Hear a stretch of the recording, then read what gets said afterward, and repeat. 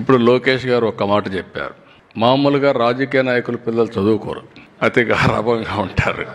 వాళ్ళ తాతగారు సీఎం అయిన తర్వాత ఆయన పుట్టాడు, ఆ తర్వాత నేను సీఎం అయ్యాను. కాబట్టి చాలామంది ఏమనుకుంటారంటే మనం చదువుకోకపోయినా పర్వాలేదు జరిగిపోతుందని చదువు మానేస్తూ ఉంటారు, అన్ని అలవాట్లు నేర్చుకుంటారు. కానీ ఈ క్రెడిట్ అంతా నేను ఇచ్చేది నేను తీసుకోవడంలో కానీ మా మిస్సెస్కి ఇస్తున్నా. ఆవిడెప్పుడూ శ్రద్ధ పెట్టేది. ఇల్లంటే నేను ఎప్పుడూ రాజకీయాలు చేస్తున్నా, ప్రజాసేవలో ఉంటాను, కుటుంబాన్ని మొత్తం ఆవిడ పట్టించుకునేది. నేను ఆయన చదువుకున్నంత వరకు స్కూల్కి ఎప్పుడు పోలేదు. ఎప్పుడూ కామెంట్ చేసేవాళ్ళు మీరు రావడం లేదని. కానీ ఒకే ఒక పని చేశాను.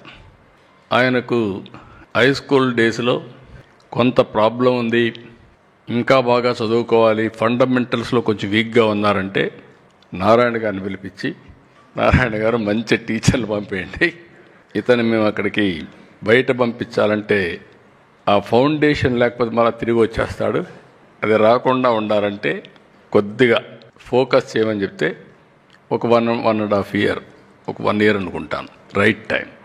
అక్కడి నుంచి ఎఫెక్టివ్గా కోచింగ్ ఇప్పించా, సప్లిమెంటేషన్. అది అయిన తర్వాత కానిగి మెలని పంపించాలంటే మెరిట్తో రాజిరెడ్డి గారు అక్కడ తీసుకున్నారు. ఆ తర్వాత ఆయన స్వశక్తితో వరల్డ్ బ్యాంక్లో పనిచేశాడు, అప్రెంటిస్గా ఒక కంపెనీలో పనిచేశాడు, సింగపూర్ పిఎం ఆఫీసులో పనిచేశాడు.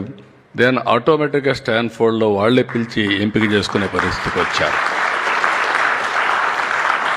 ఎందుకు నేను ఇవన్నీ మీకు చెప్పానంటే, ఒకసారి మీరు స్టాండర్డ్గా తయారు చేయగలిగితే ఇంకక్కడి నుంచి తిరిగి చూడవలసిన అవసరమే ఉండదు. నేను ఫస్ట్ టైం ముఖ్యమంత్రి అయ్యాను. ముఖ్యమంత్రి అయితే ఆల్ ఇండియాలో ఐఐటీస్ అడ్మిషన్స్ ఎన్ని ఉన్నాయని చూశాను. చూస్తే మన వాళ్ళు చాలామంది ఐఐటి చదవడం లేదు, ఎంపిక కావడం లేదు. నాకు అక్కడ మీ అందరికీ కొంతమందికి ఐడియా ఉంటుంది, ఐఐటి రామయ్య అని ఉంటాడు, చుక్కా రామయ్య, ఒక బ్యాగ్ వేసుకొని తిరుగుతూ ఉంటాడు. ఆయన చూస్తే మనకి ఈయన అనిపిస్తుంది. కానీ ఒక టెస్ట్ పెడతాడు, 10,000 మంది అటెండ్ అవుతారు. అక్కడి నుంచి 100 మందిని సెలెక్ట్ చేస్తాడు. నా దగ్గరికి చాలామంది వచ్చారు, మీరు ఐఐటి రామయ్య చెప్పండి సీట్ ఇప్పించాలని. నేను ఫోన్ చేస్తే మీరు ఏదైనా అడగండి కానీ సీటు మాత్రం ఇవ్వనని కరాఖండిగా చెప్పేసేవాడు. చాలామంది అఫెండ్ అవుతారు, సీఎంలు కోప్పడతారు, ఏంటి ముఖ్యమంత్రి చెప్తే సీట్ ఇవ్వవా ఏంటి నీ కథ అని. అవసరమైతే ఆ ఇన్స్టిట్యూట్ పై రైడ్ చేసేవాళ్ళు. నాకు ఆయన మీద గౌరవం పెరిగింది. ఒకరోజు పిలిచాను, రామయ్య గారు మీరు చాలా బాగా చేస్తున్నారు, ఏంటి సీక్రెట్ ఏంటి చెప్పమన్నాను. నేను చెప్పింది చెప్పాడు. సీక్రెట్ ఏమి లేదు సార్, మీరు అనుకున్నట్టే నేను 100 మంది సెలెక్ట్ చేసుకుంటాను, 100 మందిని బాసరాకు తీసుకెళ్తాను, అక్కడ గోదావరిలో స్నానం చేపిస్తాను, 3 రోజులు అక్కడే పెట్టి మెడిటేషన్ చేపిస్తాను. అక్కడి నుంచి తీసుకొస్తే మాత్రం ఇంకా రుబ్బుడు తప్ప వేరే కార్యక్రమమే లేదు. ఎవరు చెప్పాను ఆ విధంగా తయారు చేశాను కాబట్టి 100కు 100 మంది ఐఐటీలో సెలెక్ట్ అవుతారని చెప్పాడు. అది రహస్యం. నేను అక్కడి నుంచి నేను ఏది పట్టుకున్నా మళ్ళీ వదిలిపెట్టాను కదా, అక్కడి నుంచి నేను ఆలోచించాను. కాంపిటేటివ్ ఎగ్జామ్స్ మీతో మాట్లాడుతూనే ఆల్ టాప్ పీపుల్ అందరిని రమ్మని, అప్పట్లోనే ఈ కార్పొరేటివ్ అందరిని రమ్మన్నాను.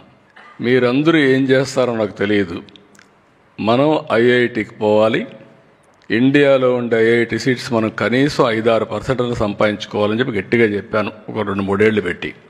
ఆ దెబ్బతో మీరు చూస్తే ఈరోజు భారతదేశంలో ఐఐటి ఎక్కువ అడ్మిషన్స్ వచ్చేది తెలుగు పిల్లలకే వస్తున్నాయి, 20% పైన. ఒక స్టేజ్లో బిట్స్ బిలాని వాళ్ళకు ఆశ్చర్యం వేసింది. బిట్స్ బిలాని ఎగ్జామ్లో మొత్తం ఆంధ్ర వాళ్ళు వచ్చేస్తున్నారు, 70% వస్తున్నారు. ఇది బిట్స్ బిలాని కాదు, ఇది ఆంధ్ర బిలాని అయిపోయింది.